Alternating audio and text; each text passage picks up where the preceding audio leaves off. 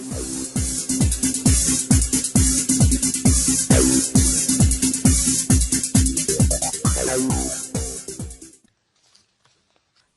श्रोते हो, मी वैशाली आकाशवाणी येथे तुमचं सर्वांचे स्वागत करते. तर आज आपण येथे पाहत आहोत मोदकांच्या रेसिपीज. गणपती बाप्पाला मोदक प्रिय मोदक, उकडीचे मोदक किंवा अलग अलग प्रकारचे जे मोदक आहेत, आज त्या मोदकांच्या आपण रेसिपीज बघूयात. मोदकांचे भरपूर प्रकार आहेत जे गणपती बाप्पाला आवडतं. त्याच्यापैकीचा पहिला मोदकाचा प्रकार म्हणजे उकडीचे मोदक, जे मलाही आवडतं. तुम्ही सर्वांनी लिहून काढा, ज्यांना आवडत असेल त्यांनी लिहून काढा. तर आपण इथे आज भरपूर मोदकांच्या रेसिपीज बघणार आहोत आणि त्या मोदकांच्या रेसिपीजमधून तुम्हाला भरपूर प्रमाणात शिकण्यात येईल. तर पहिली मोदकाची रेसिपी आहे उकडीचे मोदक.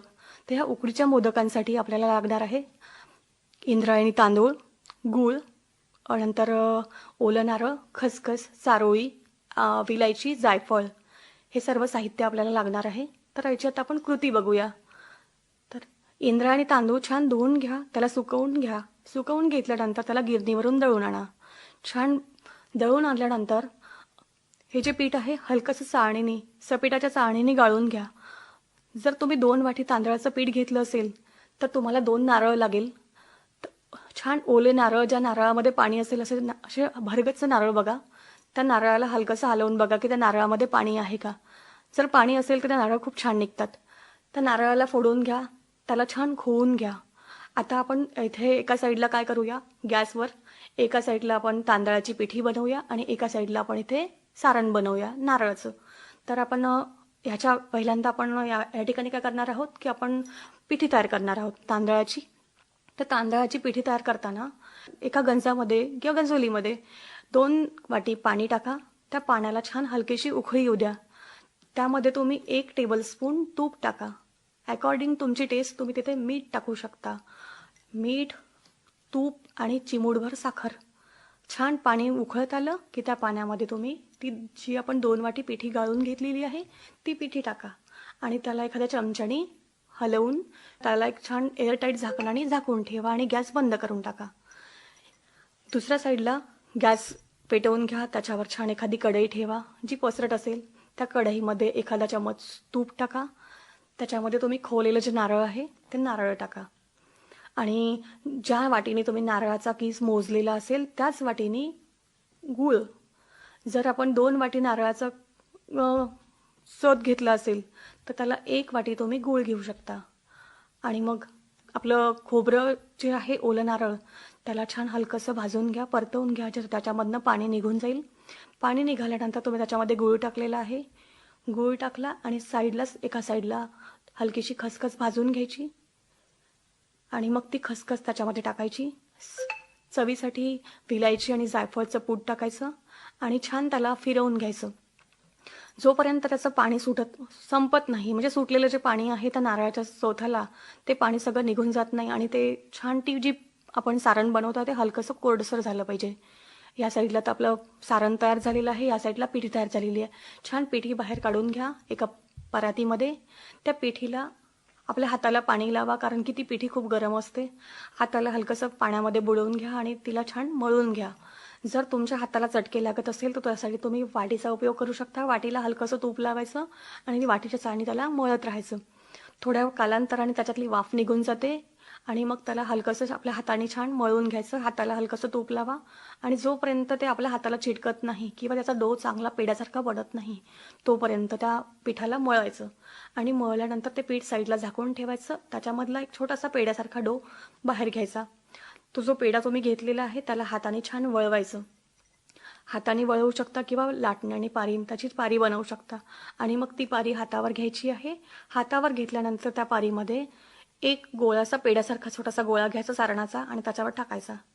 तो सारणाचा गोळा त्याच्यावर ठेवलेला आहे आपण आणि मग त्याला छान हलकंसं आता तुमची चिमूट घ्यायची. जसं तुमचं अंगठा आहे आणि मधातलं जे बोट आहे अंगठ्याच्या बाजूचं त्या बोटाच्या हाताने त्याला आणि जो मधातलं बोट आहे या तिघांच्या हाताने त्याला एक चिमटी काढायची आहे. त्या पारीला अशी चिमटी काढत राहायच्या. म्हणजे जेवढं आता सुरुवात आहे तुमची तर तुम्ही 5, 10, 11, कोणी 21 काढतात, भरपूर काढता येतात. पण तुम्ही सुरुवात आहे तुमची, तुम्ही 5, 10 वगैरे काढू शकता. त्याला 2 बोटाच्या सहाय्याने चिमटी काढायची आणि बाजूला सरकवायचं. अशा करता करता त्याला पूर्ण आपण पाकळ्या करून घेतल्या. त्या पाकळ्यांमध्ये गोळा ठेवलेलाच आहे. मग तुमच्या पूर्ण जो हात आहे त्या हाताने छान त्याला वळवायचं. वळवल्यानंतर जे वरती जी एक्स्ट्रा जी कणिक असते ती कणिक साईडला काढून ठेवायची आणि हा आपला उकडीचा मोदक तयार झालेला आहे. आता ह्या उकडीच्या मोदकाला आपल्याला स्टीम करायला ठेवायचं आहे. तर एक गंज घ्यायचा, त्या गंजावर एखादी चाळणी ठेवायची. जर तुमच्याकडे स्टीमर असेल तर खूप छान. स्टीमर गॅसवर ठेवायचा आणि त्याच्यावर छान केळीचं पान नसेल तर कॉटनचा कपडा आणि तेही नसेल तर तुमच्याकडे बटर पेपर आणि जर इव्हन ह्याही गोष्टी नसेल तर हलकंसं तूप लावायचं त्या चाळणीला आणि त्याच्यावरती हा मोदक ठेवायचा आणि हा मोदकाला 10 मिनटं वाफवायचं. 10 मिनिटानंतर हा वाफालेला सुंदरसा असा मोदक आणि ह्या मोदकाला तुम्ही तुमच्या चवीनुसार म्हणा किंवा एक सुशोभितपणा म्हणून त्याला केसर लावू शकता. केसर लावल्यानंतर हा मोदकाला छान जो अट्रॅक्टिव्हनेस येतो तो अप्रतिम असतो. आणि हा वाफालेला मोदक छान केळीच्या पानामध्ये सर्व करायचा आणि त्याच्यावर छान साजूक तुपाची धार टाकायची आणि छान त्याला फोडायचं. त्याच्यामधून सुंदरशी अशी वाफ निघते आणि त्याच्यामधनं जो अरोमा निघतो विलायची आणि जायफळचा अप्रतिम. गणपती बाप्पाला हा उकडीचा मोदक खूप आवडतो. याची मी रेसिपी तुम्हाला छान डिटेलमध्ये दिलेली आहे. नक्कीच करून बघा. आता सेकंड रेसिपी.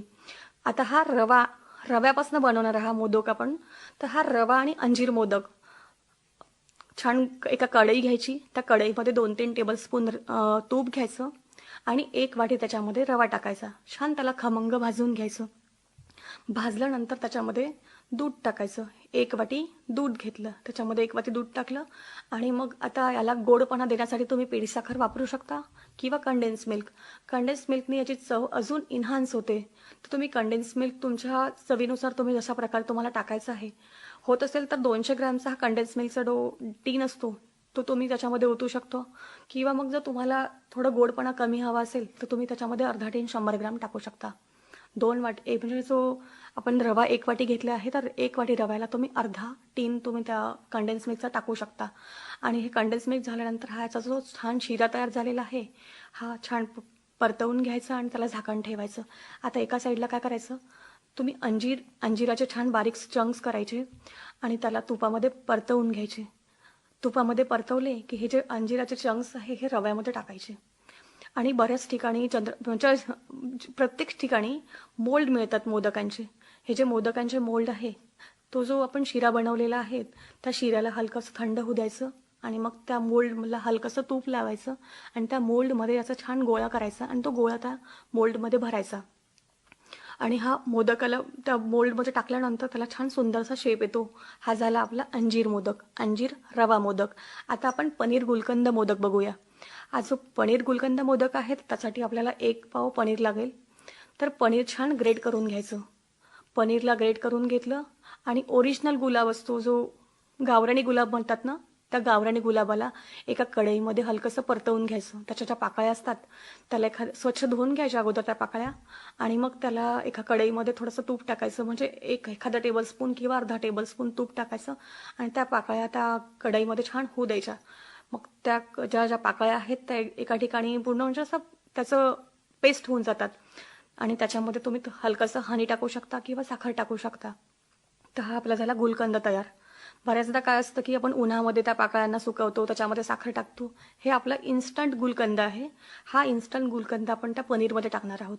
आता आपण पनीर ग्रेटेड केलेलं आहे आणि आता तुम्हाला मी मावा कसा बनवायचा ते सांगते आहे.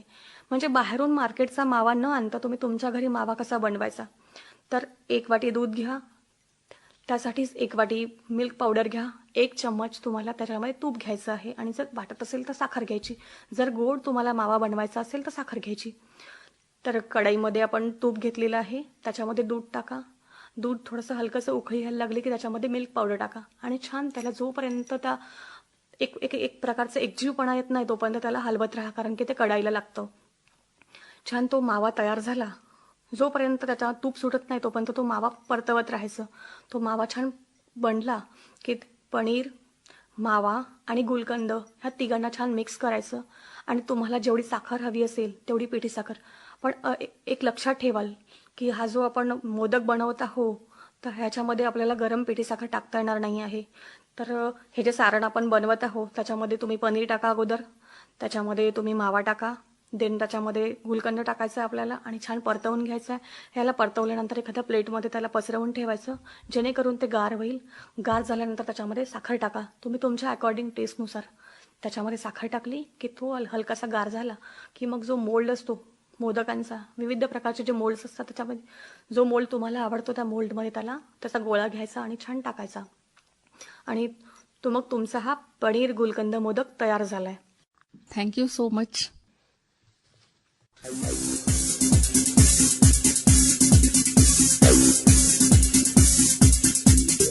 Hello.